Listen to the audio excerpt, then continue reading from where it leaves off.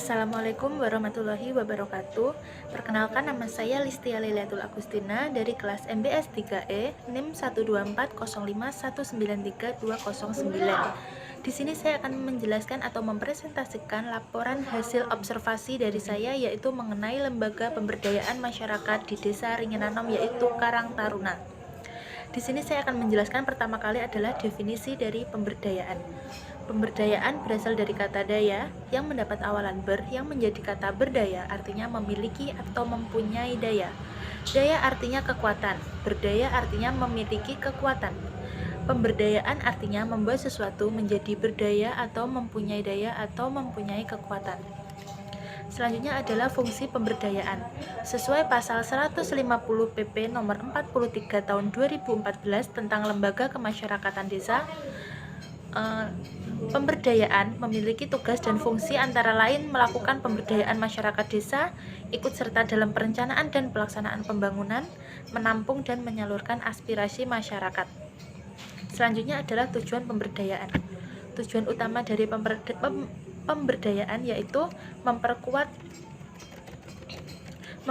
kekuasaan masyarakat, khususnya kelompok lemah yang tidak memiliki keberdayaan, baik karena kondisi internal maupun karena kondisi eksternal, yaitu adanya ketidakadilan dalam struktur sosial. Selanjutnya adalah manfaat pemberdayaan. Manfaat pemberdayaan yaitu apabila suatu organisasi menjalankan pemberdayaan, di kalangan anggota organisasi akan tumbuh perasaan menjadi bagian dari suatu kelompok, tumbuh perasaan puas dan dalam mengambil tanggung jawab untuk menjalankan tugasnya. Terdapat perasaan bahwa mereka telah melakukan sesuatu yang berharga dan memperoleh kesenangan dalam komunikasi dan kerjasama dengan orang lain. Dengan demikian, pemberdayaan meningkatkan percaya diri dalam melakukan sesuatu. Bagi organisasi, pemberdayaan akan meningkatkan kinerja organisasi dan individu yang dapat mengembangkan bakatnya secara penuh. Karyawan mampu menguasai pemahaman dan keterampilan baru, dan dengan memberi kesempatan melihat sesuatu dengan cara yang berbeda, merefleksikan apa yang dilihat dan mengembangkan keterampilan baru. Sementara itu, manajer terdorong untuk bekerja lebih keras. Di samping harus mengerjakan pekerjaan rutin, yaitu berhadapan dengan masalah dan krisis dalam memberdayakan karyawannya.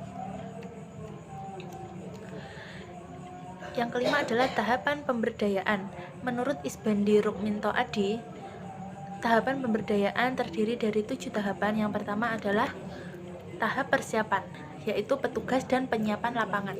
Yang kedua adalah tahap assessment, yaitu tahap ini dimasukkan untuk mengidentifikasi masalah yang dirasakan dan juga sumber daya yang dimiliki oleh masyarakat sasaran pemberdayaan. Yang ketiga, tahap perencanaan alternatif program atau kegiatan.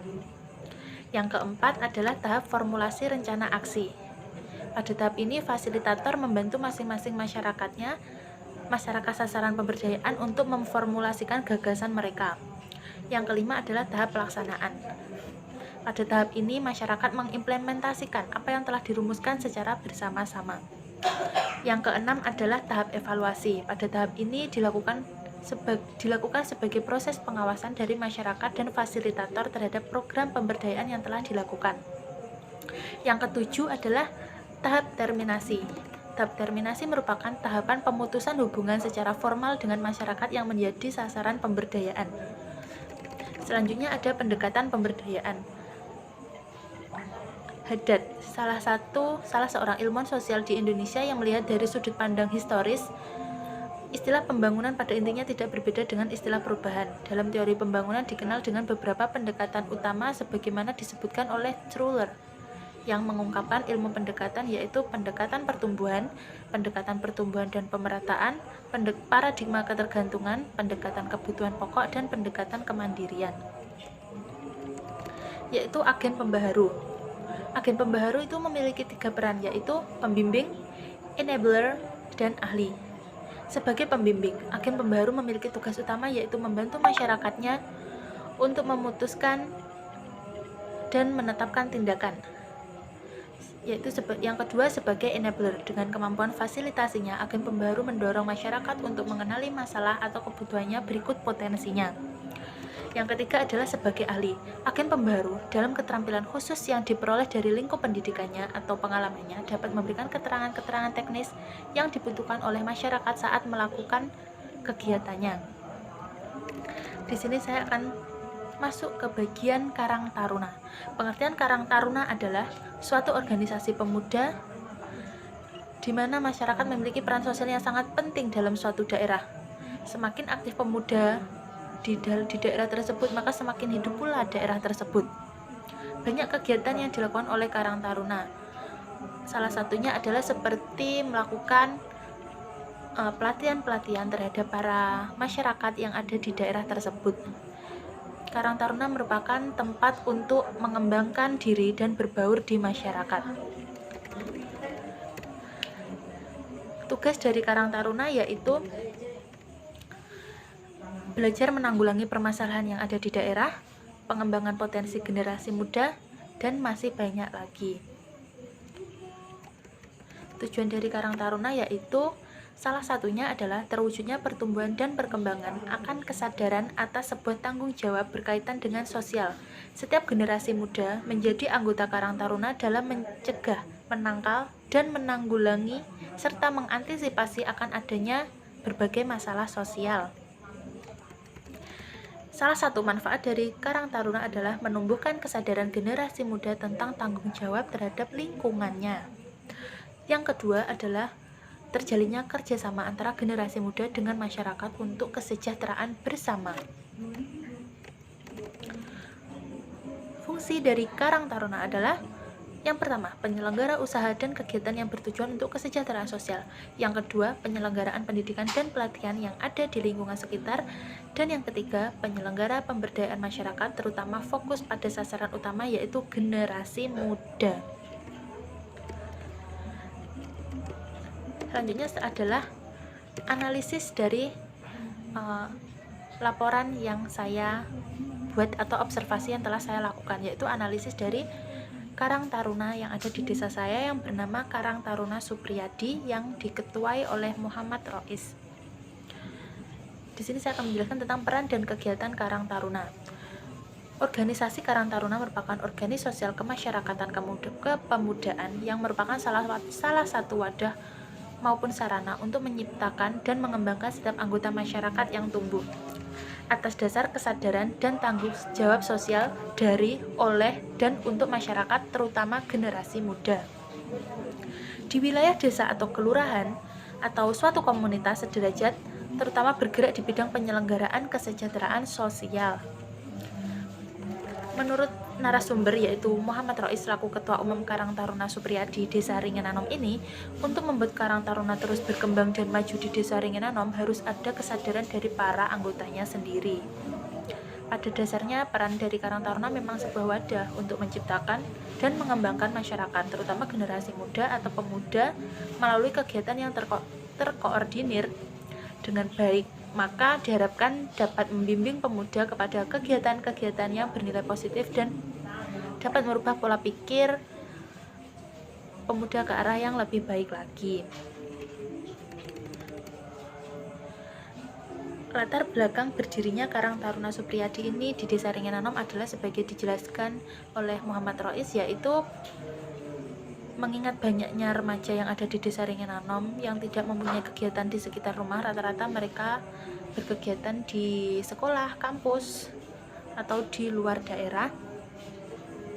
Hal inilah yang melatar belakangi berdirinya Karang Taruna Supriyadi di Desa Ringenanom ini. Karena melihat keadaan itu, akhirnya muncullah suatu ide untuk membentuk suatu wadah kegiatan yang dapat untuk mengisi waktu luang mereka di Desa Ringenanom, sekaligus untuk menggali potensi para pemuda yang ada di Desa Ringenanom ini. Kegiatan-kegiatan yang diadakan cukup bermanfaat. Salah satunya adalah seperti olahraga, yaitu sepak takraw, sepak bola, dan voli, serta kesenian dan pengajian remaja seperti khatmil Quran, rutinan sholawatan seperti yang saya ikuti, dan masih banyak lagi. Melalui kegiatan yang dianggap positif, diharapkan mampu membimbing para pemuda untuk lebih baik dan lebih bertanggung jawab dalam menghadapi masalah untuk kedepannya.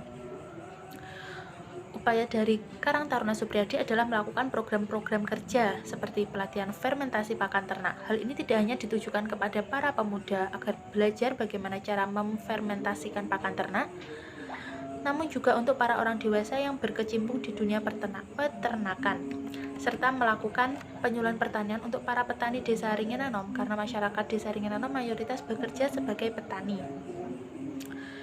Kegiatan lain yang sering dilakukan oleh Karang Taruna Suprijadi adalah bakti sosial untuk membersihkan lingkungan sekitar. Akan tetapi, dikarenakan adanya pandemi COVID-19 ini yang melanda hampir seluruh negara, sebagian besar negara yang ada di dunia, dan Indonesia menjadi salah satu negara yang terkena dampaknya, maka untuk tahun ini kegiatan-kegiatan dari Karang Taruna harus dihentikan terlebih dahulu, karena kita tidak boleh berdempet-dempetan dan harus menjaga jarak dan patuhi protokol kesehatan. Jangan lupa. Kegiatan selama COVID-19 ini cukup beragam. Kegiatan yang dilakukan adalah seperti penyemprotan desinfektan di tempat-tempat yang ramai dikunjungi seperti masjid, balai desa, serta pinggir-pinggir jalan dan pojok-pojok rumah warga. Dalam suatu organisasi atau lembaga kemasyarakatan pasti ada hambatan. Hambatan-hambatan tersebutlah yang dapat kita gunakan untuk membuat organisasi atau lembaga kemasyarakatan lebih baik lagi untuk kedepannya. Dalam hambatan desa Ringinanom ini, Karang Taruna Suprijadi desa Ringinanom ini, yaitu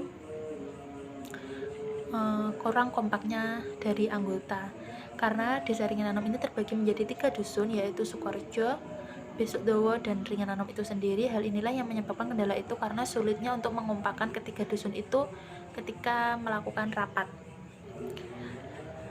Akibat dari kurang kompaknya itu adalah kurang efektifnya dalam mencapai mufakat ketika melakukan musyawarah.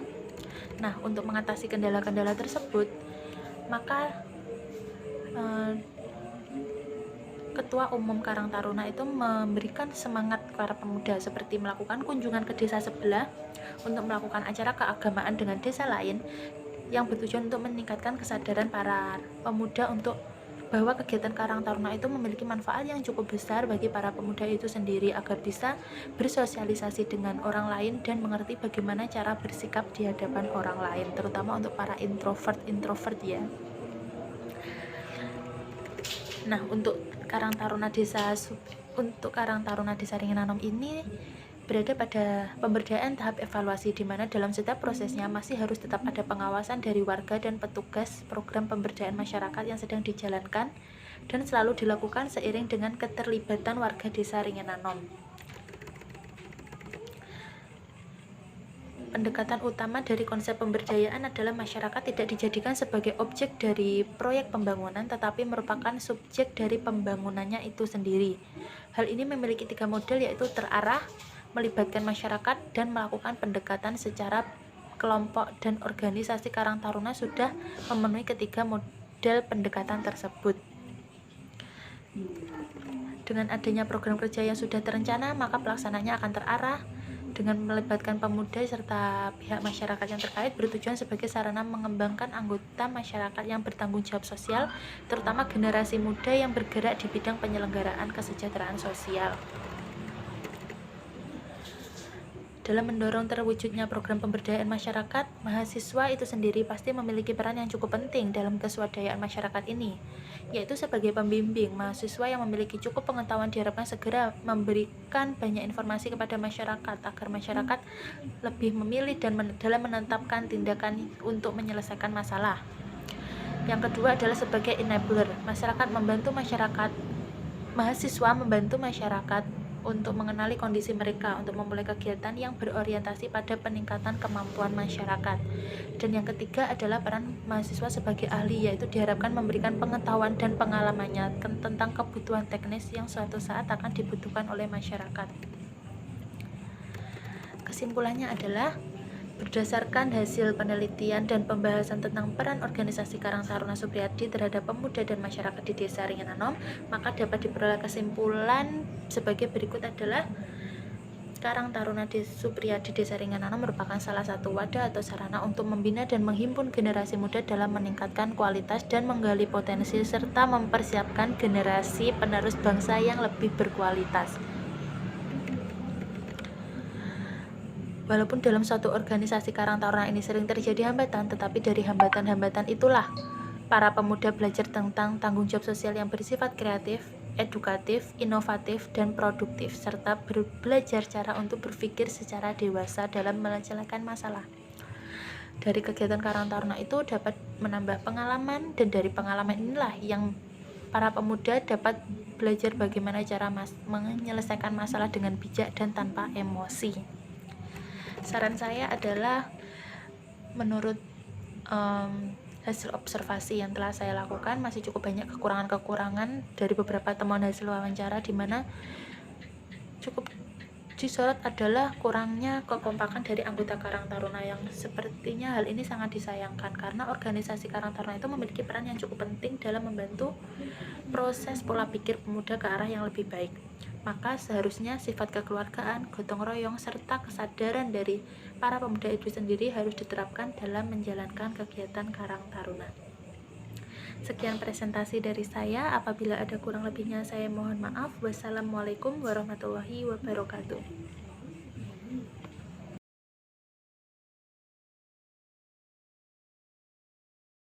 Assalamualaikum warahmatullahi wabarakatuh. Perkenalkan, nama saya Listia Lailatul Agustina, salah satu mahasiswi dari IAIN Tulungagung jurusan Manajemen Bisnis Syariah.